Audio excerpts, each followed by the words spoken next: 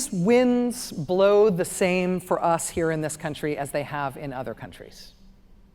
We are not immune. We are exceptional in lots of ways, but not this one.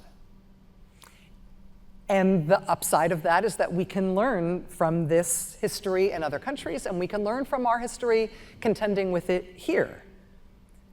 And maybe we should, because now we really do have another political movement on the right in this country that is trying to get rid of our electoral system and our legal system and to make us more like the authoritarian regimes that they admire abroad. So some of the things that, I mean, there's a lot to learn. I'm looking forward to taking your questions and talking to Randall about this, but I will just say a few things that I have learned here from doing this work. We are not immune to these kinds of movements. These movements in our country have not just been fringe kooks. They've been some of the most powerful people in the country, including the most famous industrialist in the country, Henry Ford, the most famous celebrity and national hero in the country, Charles Lindbergh, the man who was the face of American sports in the world, Avery Brundage, the head of the American International, the Olympic Committee in 1936.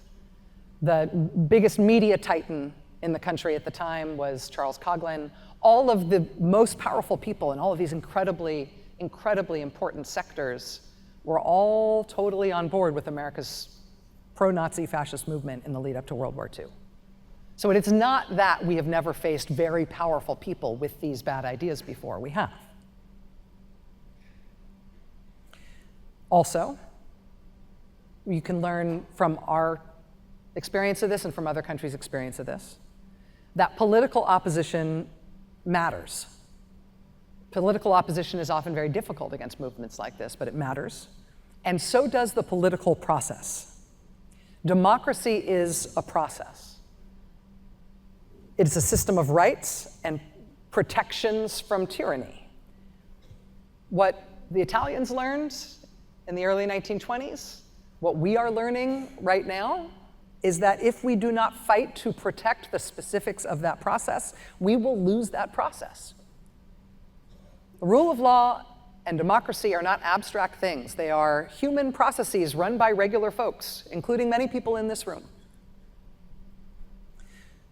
If we don't protect the process, we will lose it.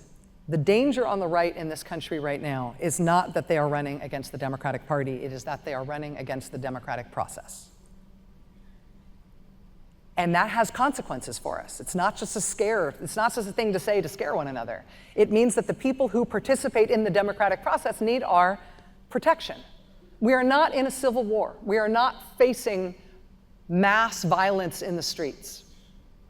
We are not taking up military arms against one another. Instead, they are picking people off one by one.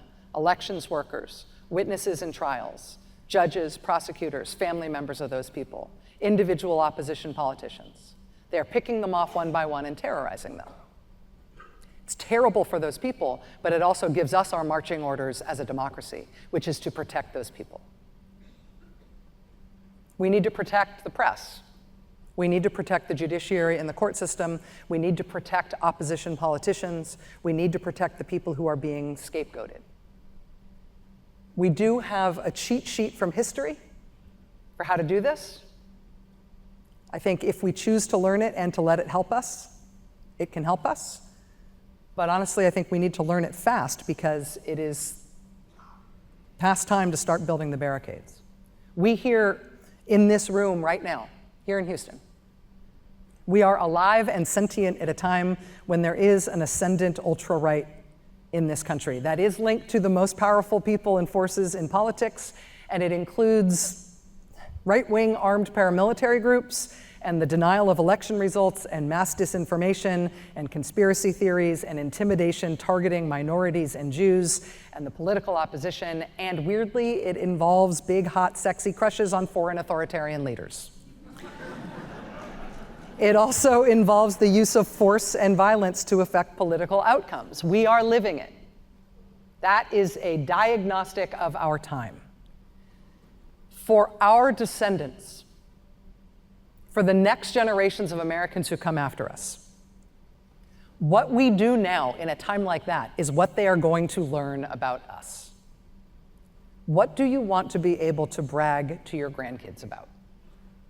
What do you want to be able to tell people that you did in your country when you were here and alive when all this happened? It is not a lucky thing to live in an important time, but this is an important time. Thank you.